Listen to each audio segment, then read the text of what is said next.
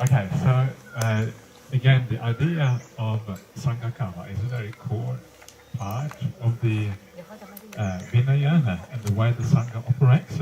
And I think that it is actually very good to use this particular structure for making decisions in the Sangha, because it makes everyone feel that they are part of decisions. And it is, after all, it is the way that Buddha laid down the Vinaya. So for that reason, I think it's a very useful and very important part of the way the Vinaya actually works. สำหรับสังฆกรรมแล้วก็เป็นส่วนหนึ่งของพระวินัยซึ่งพระพุทธเจ้าได้วางเอาไว้ซึ่งเป็นเรื่องที่จะต้องเป็นการตัดสินใจร่วมกันของคณะสงฆ์ And one of the reasons why Sanghakamma is not used so much these days for making ordinary decisions is because we usually have abbots in the monasteries these days. I know this is very common in Thailand. I think it's common around the world. But of course, at the time of the Buddha, there was no abbot, there was no abbess, there was nobody in charge. The Sangha was always in charge of the monastery here. And this is one of the reasons, I think, why Sanghakamma has kind of become much less important, because the abbot or the abbess of the monastery tends to make many of the decisions on behalf of everyone else. สำหรับในสมัยพุทธกาลเนี่ยสังฆกรรมเนี่ยจะมีการทำสังฆกรรมค่อนข้างเยอะเพราะว่าในสมัยพุทธกาลเนี่ยเราไม่มีเจ้าอาวาสไม่เหมือนกรณีของในประเทศไทยนะในหลายประเทศที่ในระยะหลังเนี่ยมีเจ้าอาวาสที่ทำหน้าที่ในการตัดสินใจแทนที่จะเป็นกลุ่มของสังฆะที่จะร่วมกันตัดสินใจ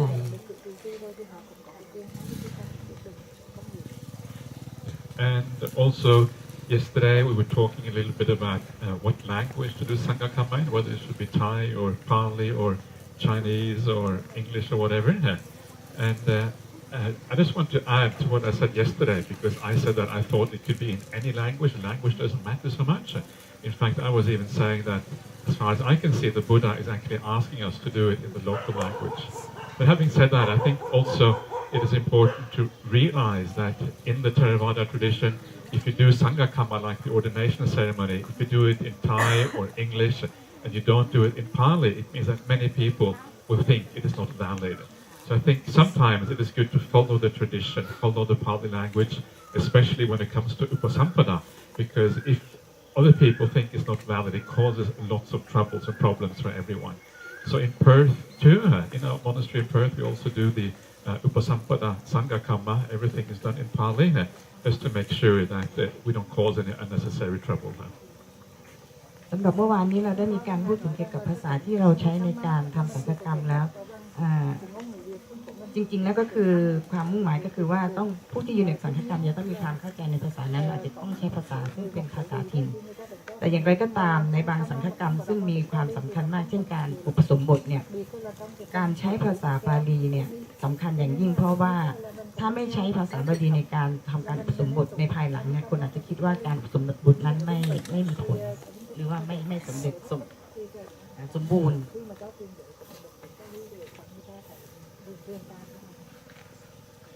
But I think there are many other Sanghakammas where it doesn't really matter what kind of language you use, and an obvious example is the Uposatha and the Patimokkha chanting.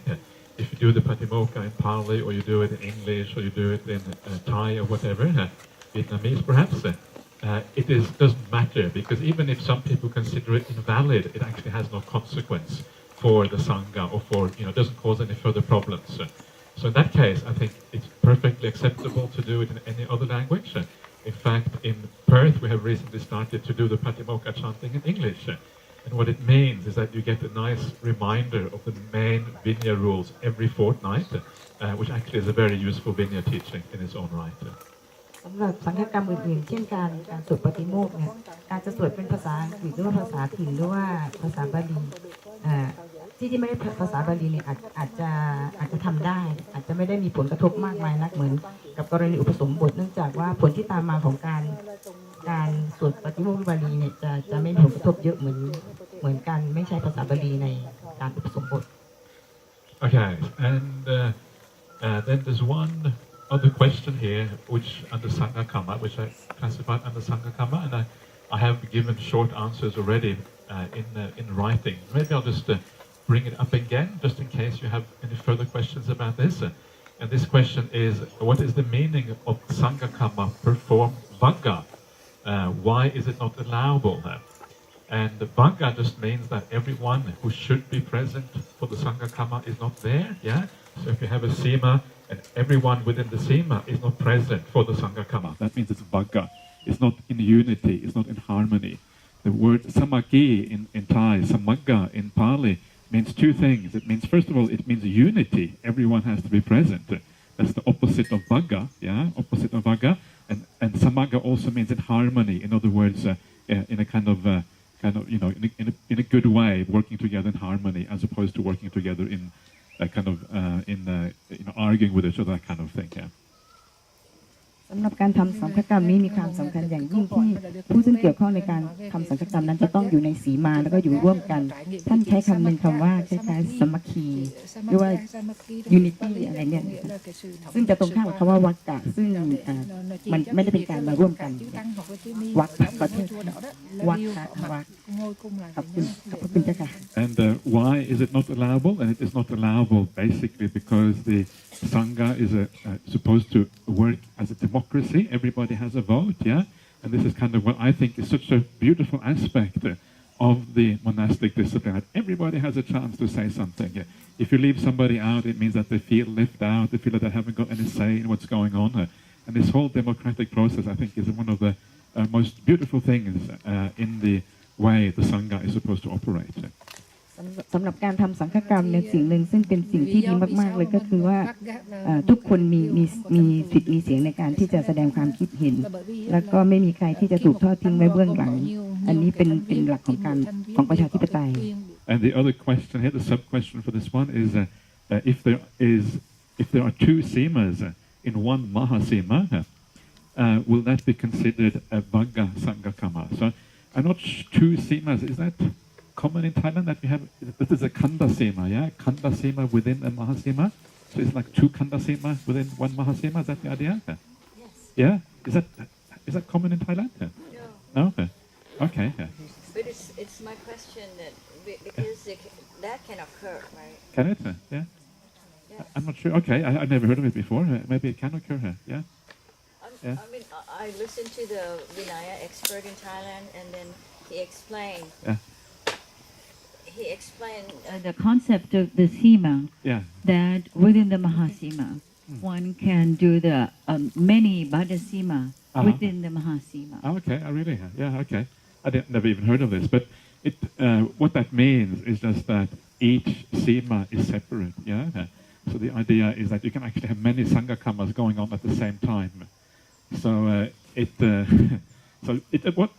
all that matters is that those people who are within the Kanda Simā, that they are all present at the meeting. That's really all it means.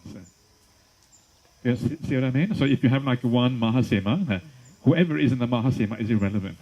Yeah, it's only the people within the Kanda Simā that matter in that particular situation. So there's a way of getting around the problem of getting everybody united. That's really what it is, what it kind of amounts to. sorry. I thought what I thought they do in most Thai temples is more or less a bit like that. But they don't even do Mahasima. They just do a tiny little Simā. So it kind of seems like, in a way, like it sort of defeats the point a little bit. Yeah. Is it? It does defeat the point. Yeah, I completely agree with you, because what it means is that the whole idea is to have a democracy. So everyone who lives in the monastery come together. But if you make a small Simā like that, it means that all the people living in the monastery, you can just ignore them completely, just get together in the Simā and do your own little thing. Yeah. So it defeats the purpose of having a democratic institution. So this whole idea of Mahasima and Kanda Simā, or having just one small Simā, I don't think it is in the spirit of the early Vinaya, basically. ตอนนี้กำลังพูดถึงการทำสีมาซึ่งเราคุยกันว่าในประเทศไทยหลายๆวัดที่เห็นกันก็คือว่าเขาจะทำสีมาเล็กๆเฉพาะตรงที่มีโบสถ์ก็คือโบสถ์จะมีสีมาอยู่รอบแต่ว่ามันไม่ได้เป็นสีมาใหญ่ที่อยู่รอบวัดเพราะฉะนั้นคำถามของฉันก็คือว่าเราอันนี้มันเป็นความหมายที่พระพุทธเจ้าประสงค์ไหมเกี่ยวกับการทำสีมาเพราะว่าจริงๆแล้วสีมา เขาตั้งไว้เพื่อว่านักบวชทุกรูปที่อยู่ในที่นั้นเวลาจะต้องตัดสินใจอะไรหรือว่าจะต้องทำสังฆกรรมเขาจะได้มารวมกันแล้วก็คุยกันแล้วก็ทุกคนจะได้มีโอกาสแสดงความคิดเห็นในสิ่งที่จะต้องตัดสินใจแต่ว่าถ้าสมมติว่าเราทำสีมาเล็กๆเราอาจจะบอกแค่4-5 รูปเราบอกว่าวันนี้เราอยากจะทำสังฆกรรมนะแล้วเราก็ไปทำกันแล้วก็คนอื่นก็ไม่รู้เรื่องคนอื่นก็อยู่ตรงนั้นแหละก็ไม่ได้มีโอกาสที่จะมีส่วนร่วมในการตัดสินใจฉันก็เลยถามว่าอันนี้มันใช่หรือเปล่าเราท่านก็ตอบว่าก็คือจริงๆอันนี้ก็ไม่ใช่ความหมายของการทำสีมาก็คือสีมามันก็คือสำหรับทำให้ทุกคนสามารถเป็นส่วนร่วมของประชาธิปไตยที่เป็นสงฆ์ Thank you so much. From this point, maybe the size of Simā may not be that matter that much, but the objective of together everybody to have group decision is the point. That is the point, exactly. So I think that even if you have a small Simā, like just a Simā in the Uposatha-agara, for example, sometimes you just have the Simā within the Uposatha-agara, the Uposatha hall. So even if you have just a small Simā like that, I think always good to get the whole monastery on board. Everybody should really be present. Otherwise, you don't have this democratic process anymore, and you lose one of the principles of the Vinaya. Yeah. ท่านก็ได้ย้ำว่าจริงๆแล้วแม้ว่าสีมาจะขนาดเล็กแต่ว่าพอยต์ก็คือว่าทุกคนเนี่ยที่อยู่ในวัดเนี่ยก็ได้มาอยู่รวมกันแล้วก็ตัดสินใจร่วมกันอันนั้นเป็นประเด็นที่สำคัญตามการตั้งใจของพุทธประสงค์มากกว่า Okay, so that is briefly about Sanghakamma. There's obviously lots of more details about this. I talked about the 4 vipattis before, and you could go into a lot of detail about the 4 vipattis, but I think an overview is probably good enough for now. And you can read about those details in places like the Buddhist Monastic Code, Ajahn Thanisro's work, and other places if you're interested in going any further. But for now, before I move on to Simā, I'm going to talk about Simā in a little bit more detail. But before I move on to that, I'd like to open up if anyone has any questions or comments or anything is unclear or whatever. During the adhikarana process, should it be done in the Simā? Is it Sanghakamma? Which one? Adhikarana. Adhikarana. Okay. The adhikaranas, they are just principles to be applied, and these principles to be applied to resolve problems within the Sangha. So adhikarana is everything. It's pretty much everything. It's when you have an offense, when somebody's accusing you of something, when you have an ordination ceremony, all of those things are adhikarana. So it depends on which adhikarana, what you are doing, whether it has to be done within the Simā or not. The first one. Samukha vinayo. Samukha vinayo just means that it's adhikarana of presence. So it just, almost all adhikaranas have to have samukha vinaya, because you have to be present. If you have a Sanghakamma, for example, everyone has to be present. But do they have to be present inside in the boundary or? Well, it have to be. This is again the idea of having a boundary. Everybody, the idea of a democratic process. So everybody has to be present according to the 4 vipattis that are laid down for the Sanghakamma. In that sense, they have to be present. So everyone within the Simā has to be there. And also the person has to be there that the Sanghakamma is about. So this is the idea of samukha. Samukha is usually 4 things. Samukha is the samukha of Sangha, samukha of the person, samukha of Dhamma, samukha of Vinaya. The 4 kind of samukhas that are often mentioned in the Vinaya. But the main thing is that the whole Sangha has to be present. That's the main aspect of samukha in this particular case. If they have a meeting, do they have to arrange the meeting in the Simā? No, you don't have to. Because, for example, there's always, if you have like an Apalokanakamma, Apalok in Thai, that is a very informal type of kamma, and you can have it any way you like. But the point is also that Simās, they are always Simās, almost wherever you are, they are Simās. So even if you're not within this is the difference between Baddha Simā and Abbaddha Simā. I'm going to talk about that in a second. The Baddha Simā is a Simā that has been designated through a separate Sanghakamma to create a particular Simā. But even if you haven't got the Baddha Simā, you have an Abbaddha Simā, which has not been created, but is a natural Simā in the area where you're staying here. There's always a Simā. You can't get out of Simās, So the Simās are always, yeah. So, but let's get back to Simās in a second. I'll talk about that more in a second. เมื่อกี้นี้นะคะถามว่าในตอนขณะที่จะชำระอธิกรณ์เนี่ยจะต้องทำในสีมาหรือเปล่าท่านก็บอกว่าจริงๆแล้วเนี่ยเรื่องของอธิกรณ์เนี่ยมันทุกอย่างมันอยู่ก็เป็นอธิกรณ์ทั้งนั้นก็เลยถามว่าแล้วข้อหนึ่งที่จะต้องมีผู้ที่ในอธิกรณ์ข้อหนึ่งเนี่ยจะต้องทำในสีมาหรือเปล่าท่านก็ตอบว่าจริงๆแล้วเนี่ยในการประชุมเพื่อที่จะตัดสินเกี่ยวกับเรื่องอะไรต่างๆเนี่ยมันไม่จำเป็นที่จะต้องทำในสีมาในการประชุมเพียงแต่ว่าจริงๆแล้วเนี่ยทุกแห่งมันก็เป็นสีมาทั้งนั้นซึ่งเดี๋ยวท่านจะอธิบายให้ฟังต่อไปเกี่ยวกับเรื่องสีมาเพราะว่ามันมีเรื่องของการพัทธสีมากับอภัทธสีมาคือสีมาที่ต้องมีการผูกสีมากับสีมาที่ไม่จำเป็นที่จะต้องมีการผูกแล้วก็เป็นสีมาที่เป็นธรรมชาติ I'll give you an example of the way we do things at the Bodhinyana monastery. Yeah, this is how we usually do things. So if there is a formal Sanghakamma, like an ordination ceremony or a Posada ceremony or anything like that, then we do it always within the Baddha Sima, within the kind of boundary that is established in the hall. But if it is an informal decision, Apalokanakamma, then very often we don't do it in the Baddha Sima, we do it like in the Dana Sala or something like that. All the monks are present, and then you just say in English, yeah, Apalok is very informal kind of Sanghakamma, and does everybody agree on this decision? Everybody agrees, and then you go ahead. Yeah, so it depends on the formality of the decision that you're making here. So does that also include to appoint a person to be in charge of the storage? Usually we do that at the actual in the Baddha Sima, in the proper Sima. Because usually what we do in our monastery, we have after the Patimokkha, we always have a meeting after the Patimokkha, because all the monks are present. And then at that meeting, we do any kind of formal business that we have. So we have the Patimokkha ceremony, afterwards we have a meeting. So if we need to appoint a stores monk or a work monk or anything like that, we do that at that meeting afterwards. So you're in the Baddha Sima.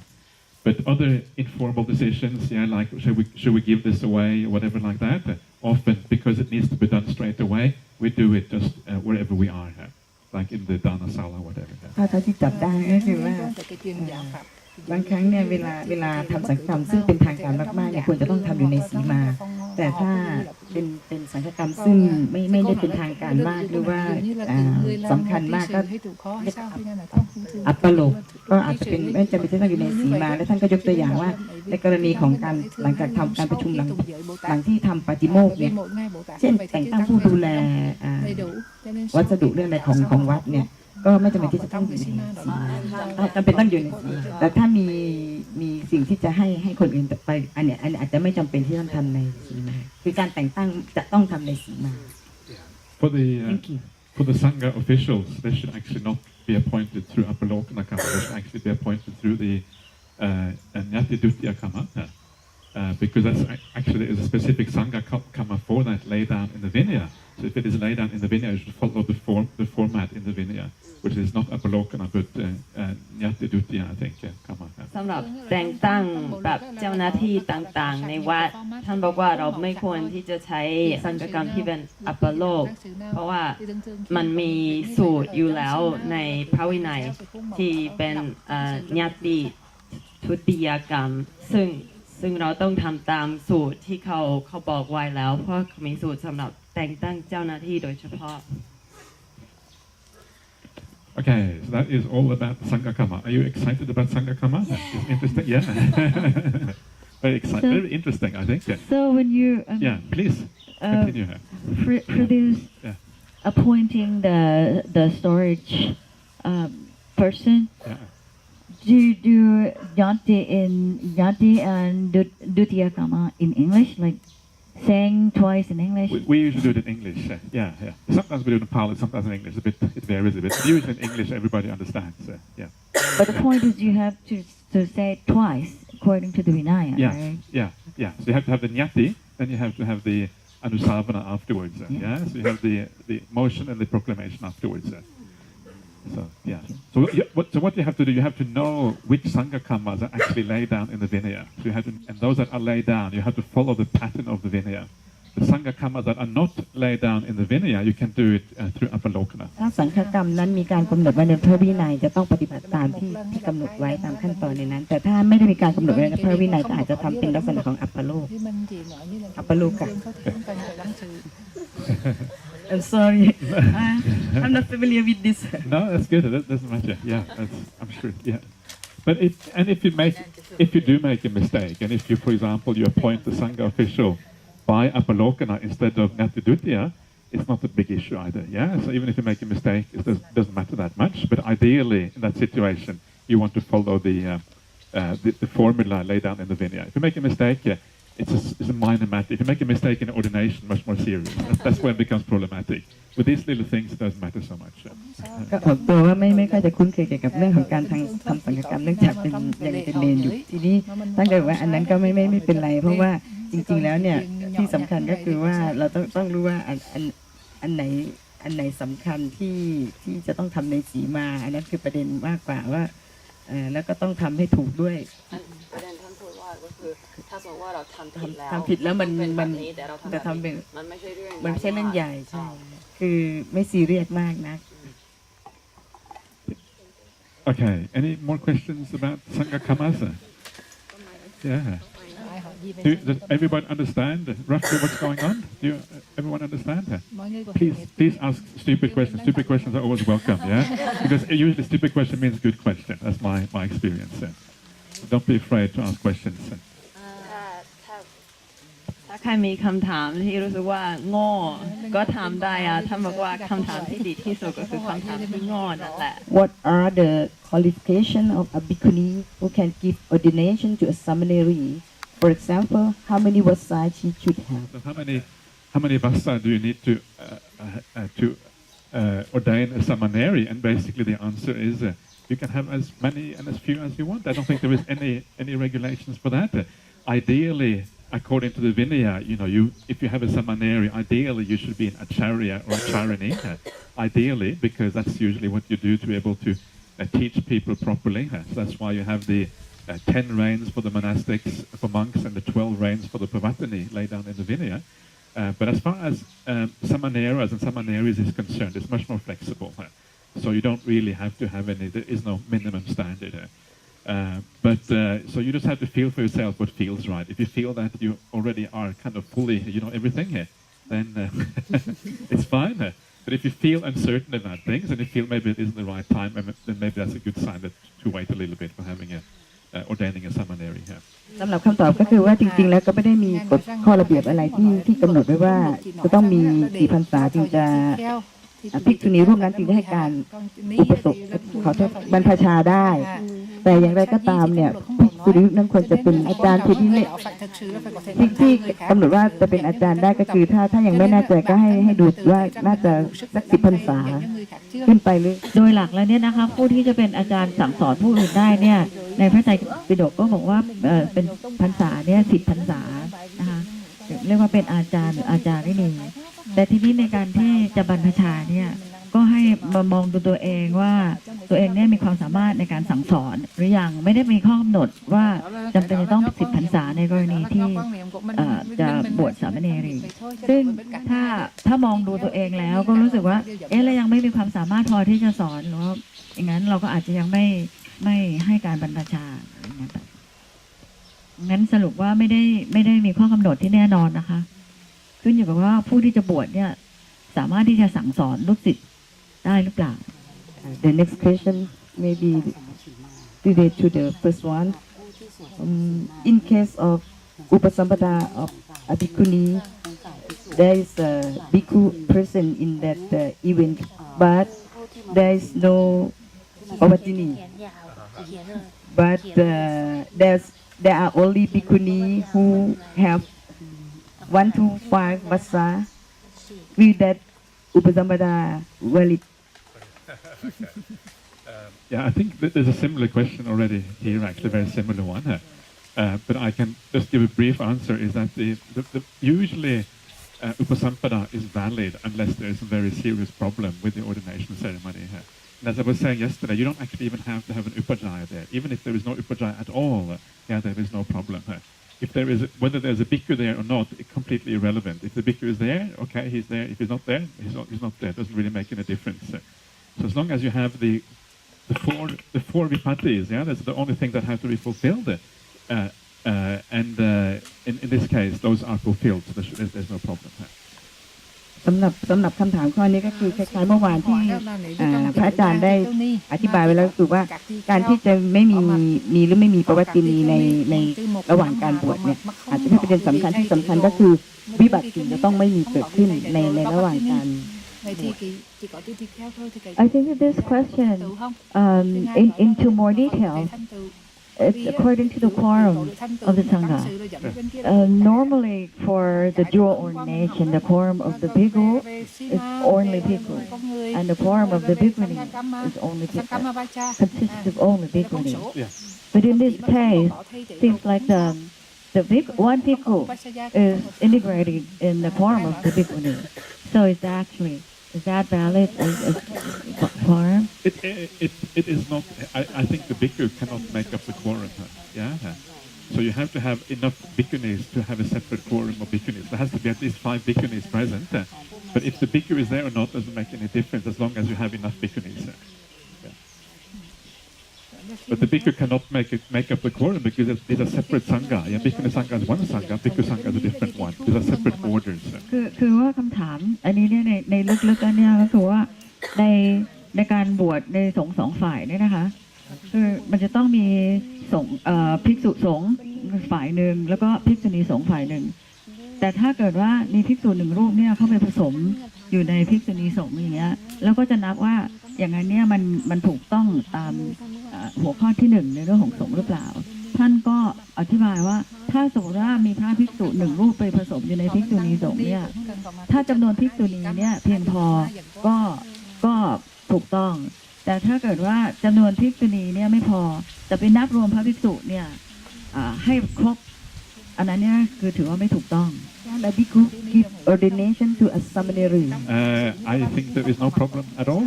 I think bhikkhu can give ordination to bhikkhuni as well, but that's a different matter. But I think there's no problem with that personally. Yeah. ก็ท่านที่ถามว่าแล้วพระภิกษุสามารถที่จะบวชสามเณรีได้ไหมท่านบอกว่าไม่น่าจะเป็นปัญหาบวชได้ Yeah, there is an interesting passage in the Vinaya. This is something we come to later on about the Sikamanas. And this, I might as well look at it now because we're kind of talking about this topic anyway. And this is a passage from the, where is it from? This is from the Vassa Khandaka. You know the Khandakas, the Vassa Khandaka? And this is the question of whether a monk is allowed to take the sattaha to go away, to leave the, you know the sattaha? Sattaha is where you leave the monastery for 7 days, and there are certain cases that you actually are allowed to take sattaha and leave the monastery here. And one of those cases, if there is a samaneri who wants to take on the Sikkamana training, in that case, it's actually one of the allowances for a monk to take sattaha and leave the monastery for 7 days. So that's very interesting because what that implies very clearly is that monks in those days, they would give the Sikkamana Sikka, the training for samaneri to start the Sikkamana training. ท่านก็บอกว่ามีอยู่ในพระปฏิบัติว่าวัดสัคันธกะเนี่ยว่าจริงๆแล้วเนี่ยพระภิกษุเนี่ยมีการสัตตาหะ อนุญาตให้ออกไปจากช่วงจำพรรษานะคะที่ขออนุญาตให้ออกไปเหตุผลที่อนุญาตให้ออกไปได้7 วันเนี่ยมีอยู่อันนึงที่อนุญาตให้พระเนี่ยสัตตาหะออกไปเพื่อที่จะไปให้การอบรมสิกขามนาได้ซึ่งตรงนี้เป็นสามเณรีที่อยากจะบวชเป็นสิกขามนาเนี่ยพระภิกษุเนี่ยสามารถจะสัตตาหะออกไปจัดการให้ได้ So implication here is just quite clear that the bhikkhu can even give sikkamana teaching. Exactly. But the start the training for Sikkamanas. Yeah. So you know this is called the Sikka Samutti, I think. The Sikka Samutti is the allowance for the Sikkamana to start the Sikkamana training. The official Sanghakamma for that. Yeah. อันนี้ก็คือเรียกว่าสิกขาให้สิกขาสมมุติแก่นางสิกขมานา There is a bhikkhuni I mentioned the other day, Dhammadinna bhikkhuni. She's writing a whole book about Sikkhamanas. So soon there will be a whole book, a whole manual about Sikkhamanas. And มีท่านภิกขุณีธรรมทินานะคะที่ท่านเขียนเกี่ยวกับเรื่องของสิกขมานาเนี่ยเป็นเรื่องทั้งเล่มเลย the idea of Simā in the Pali Canon is actually very short. There's very little about Simas in the Canon itself. So a lot about Simas actually comes from later literature. It comes from the commentaries, the sub-commentaries, the Simā manuals, and that sort of thing. The actual amount in the Vinaya is actually quite small. คือในที่เกี่ยวกับเรื่องของสีมาเนี่ยจริงๆแล้วในพระไตรปิฎกมีกล่าวไว้ค่อนข้างน้อยมากแล้วก็จะมีการกล่าวไว้ขยายความไว้ค่อนข้างเยอะในส่วนของอัตถกถาแล้วก็ฎีกา So in the Vinaya, the canonical Vinaya, the two types of Simā that are talked about there is on the one hand the Baddha Simā and the Abbaddha Simā, and the idea of Khanda Simā and Maha Simā is actually only a commentarial idea. The main distinction in the canonical Vinaya is between Baddha and Abbaddha Simā. สำหรับในพระไตรปิฎกเนี่ยจะพูดถึงสีมาอยู่แค่2ประเภทก็คือพัทธสีมากับอภัทธสีมาส่วนในของอัตถกถาจะพูดถึงขันธสีมากับมหาสีมา And the idea of so Baddha means something that is tied. Yeah, as a Pali word comes from bandhati. It means tied. So it is a Simā that has a clearly defined boundary. Yeah, so it has kind of been tied off. It's a piece of land that has been tied off by a boundary. Yeah. This is what Baddha means. If that has not happened, if there has been no Sanghakamma to clarify where the Simā goes, then you have an Abbaddha Simā. It's like a natural Simā that occurs in nature without any need to tie it off or bind it off. สำหรับพัทธสีมาเนี่ยเป็นสีมาซึ่งจะต้องมีการผูกหรือทำเครื่องหมายเอาไว้ให้มีขอบเขตที่ชัดเจนส่วนอภัทธสีมาเนี่ยเป็นขอบเขตซึ่งเป็นธรรมชาติ So the Abbaddha Simā, there is different kinds of Abbaddha Simā where the territory has not been or the boundary has not been made. So, for example, if you are in a village, so this here is probably a little bit, even though it is kind of far away and very peaceful and very nice, it still probably would be considered a village Simā because you are close to the houses up here, you have all the fields around it. So still probably considered like a village Simā. And the village Simā is the natural boundary of the village, is the boundary for that particular Simā. Kamma Simā, yeah. สำหรับที่ตรงนี้ที่เราอยู่เนี่ยก็เป็นที่ซึ่งอยู่ในกับธรรมชาติแล้วก็อยู่มีหมู่บ้านอยู่รอบๆเนี่ยก็อาจจะเป็นสีมาอันหนึ่งที่เรียกว่าคำว่าสีมา Is there a clearly defined boundary for this village here, or is it just kind of a bit random here? A little bit there. There is no. Yeah. In fact, they know exactly where. They're just number of village. And this is number 10. Okay. And the head of the village knows exactly that house is in village number 8. This Okay. is 10. Okay. But we don't know. Oh, you don't know. Okay.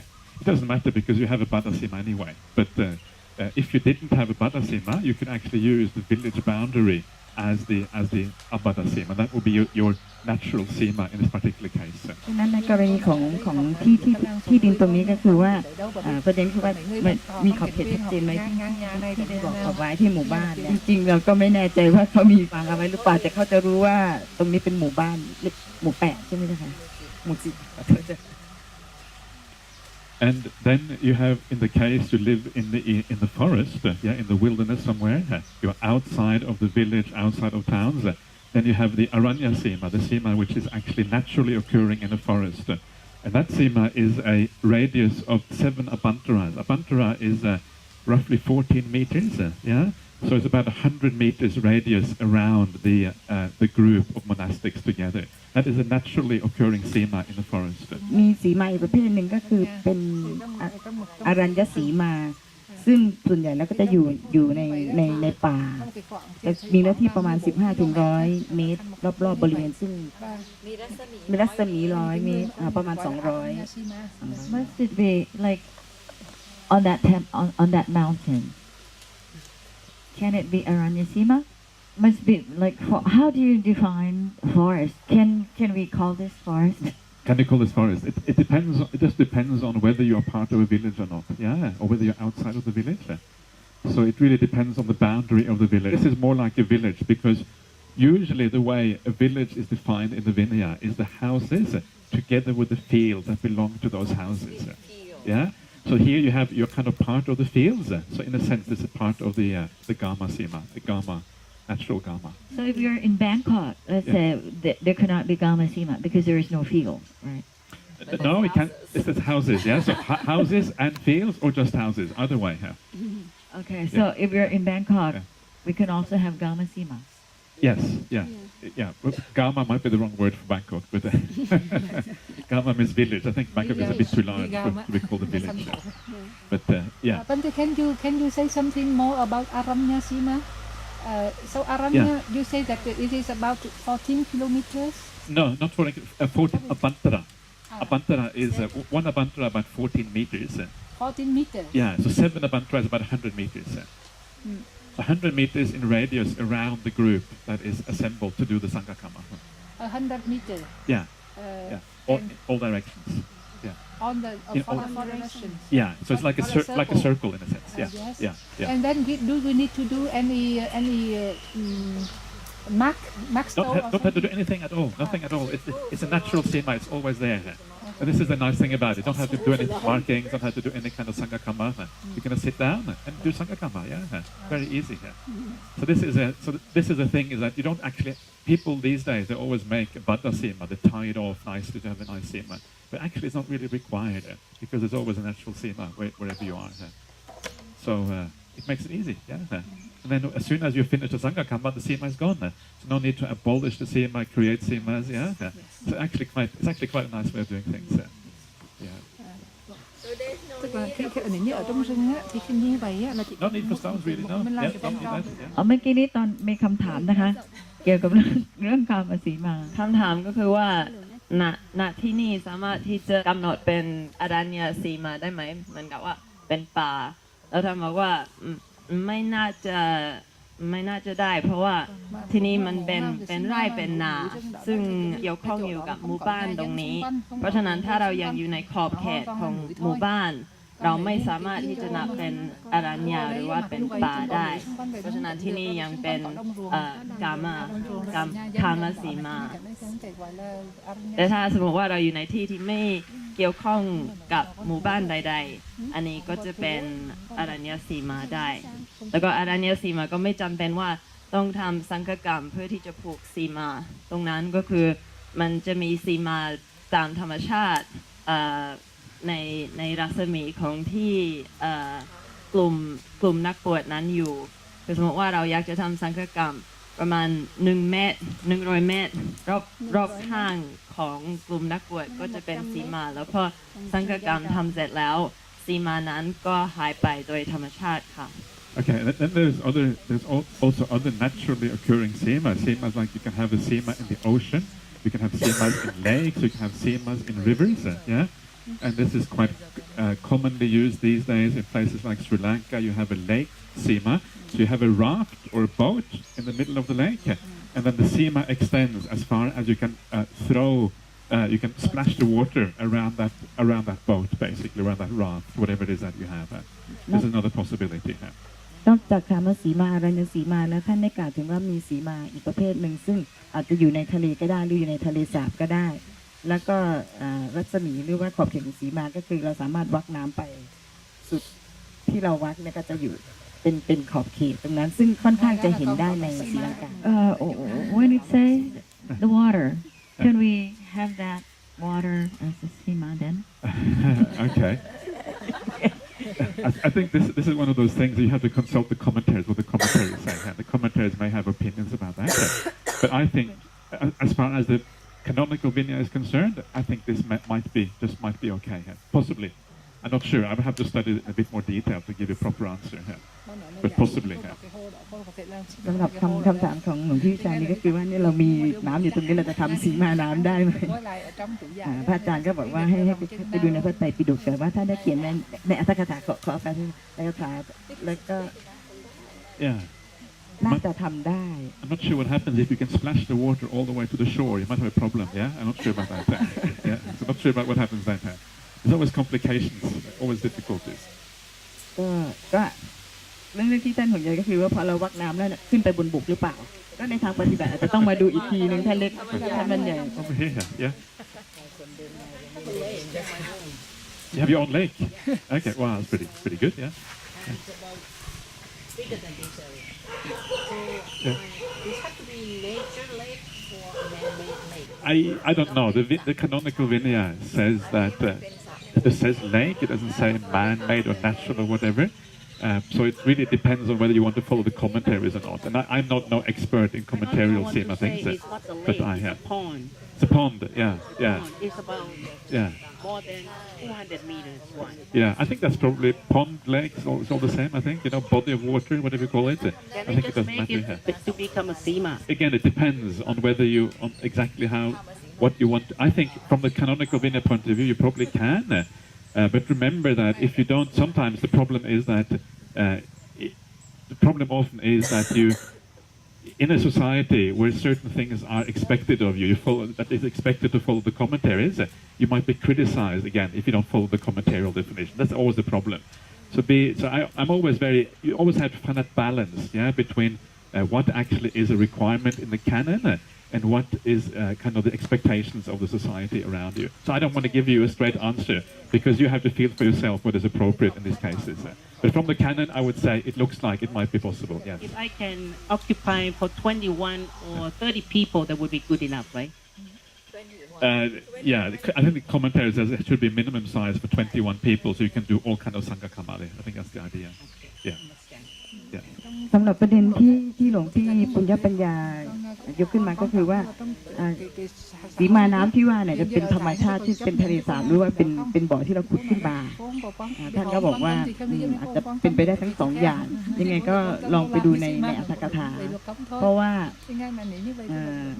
ไม่ได้มีการเขียนเอาไว้ชัดเจนว่าจะต้องเป็นธรรมชาติหรือว่าเป็นทำขึ้นมาแต่ที่สำคัญก็คือว่าถ้าดูในพระไตรปิฎกก็คือถ้าเราสามารถวักน้ำไปแล้วเนี่ยถึงสุดแค่ไหนก็จะเป็นขอบเขตสีมาเพราะฉะนั้นขอบเขตก็จะขึ้นอยู่กับกำลังของคนปิดน้ำไปด้วยเพราะฉะนั้นก็เป็นอีกประเด็นหนึ่งว่าแล้วจะทำยังไงในกรณีนี้ท่านก็ให้ข้อคิดเห็นกว้างๆว่าให้เราดูที่พระไตรปิฎกก่อนว่าพระไตรปิฎกระบุว่ายังไงในขณะเดียวกันเราก็ต้องหันมาดูอัตถกถาด้วยว่ามันไปด้วยกันได้ไหมเพราะไม่งั้นมันก็จะมีข้อถกเถียงขึ้นมาแล้วก็จริงๆแล้วมันก็มีประเด็นที่เป็นปัจจัยเข้ามาอีกอันก็คือในเรื่องของสังคมว่าเขาจะยอมรับกันยังไงอะไรตรงนี้โดยเฉพาะในกรณีของภิกษุณีซึ่งเขาอาจจะไม่ได้สนใจ Not sure if I understand about the Simā, because if there is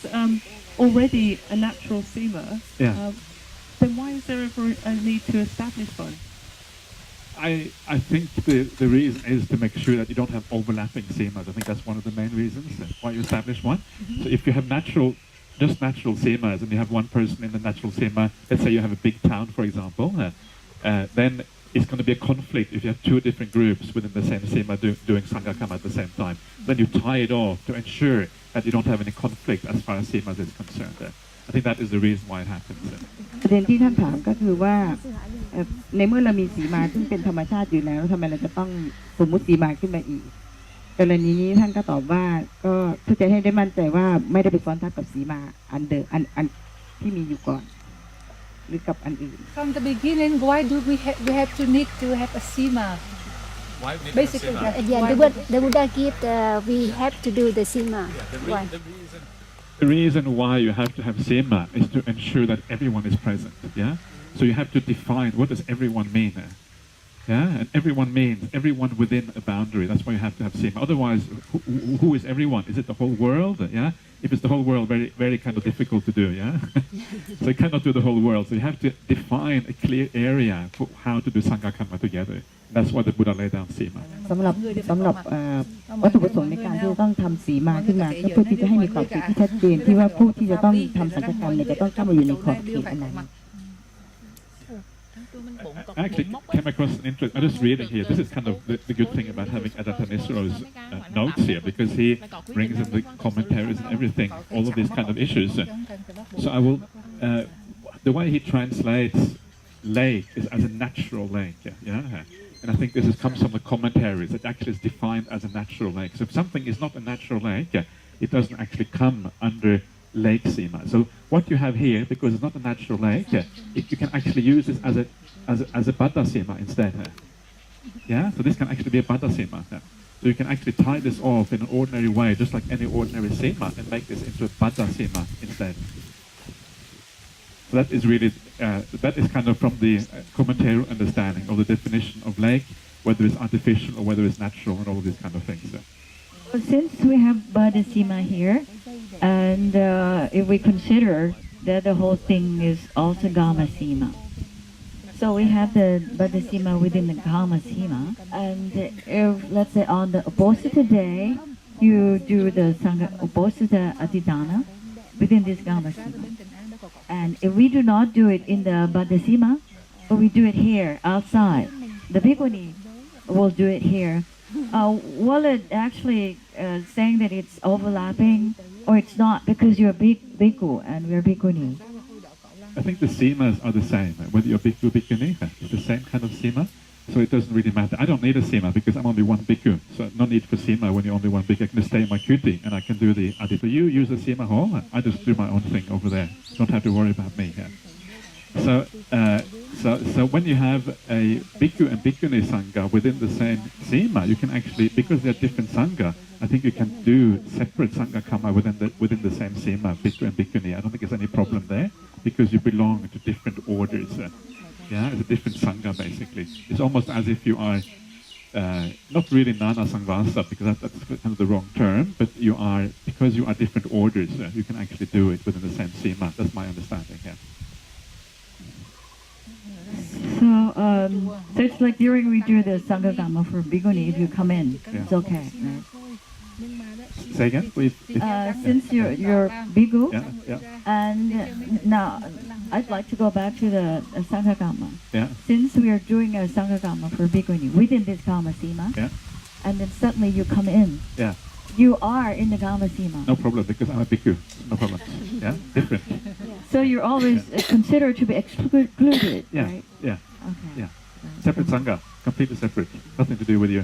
คำถามก็คือว่าในสีมาเดียวคือถ้าสมมติว่าในกามสีมาก็คือว่าสีมาที่เป็นหมู่บ้านก็ถ้าสมมติว่ามีพระภิกษุทำสังฆกรรมแล้วก็มีภิกษุณีทำสังฆกรรมมันจะขัดกันไหมคือมันจะเหมือนกับว่ามันจะซ้อนกันไหมแล้วก็ทางก็บอกว่าคือภิกษุกับภิกษุณีมันก็ไม่เกี่ยวกันอยู่แล้วคือสังฆกรรมของภิกษุณีก็เฉพาะต่อภิกษุณีแล้วก็สังฆกรรมของภิกษุก็เฉพาะของท่านมันไม่เกี่ยวกันอยู่แล้วแล้วก็สมมติว่าคำถามต่อไปก็คือสมมติว่าภิกษุณีสงฆ์อยู่ในสีมานี้กำลังทำสังฆกรรมแล้วก็หลวงพ่อก็เดินมาแล้วก็เข้าเขตที่เรากำลังทำสังฆกรรมนั้นจะเป็นโมฆะไหมแล้วก็คำตอบก็คือไม่ใช่เพราะว่าพระภิกษุไม่เกี่ยวคือไม่เกี่ยวกับสังฆกรรมที่เราทำอยู่แล้ว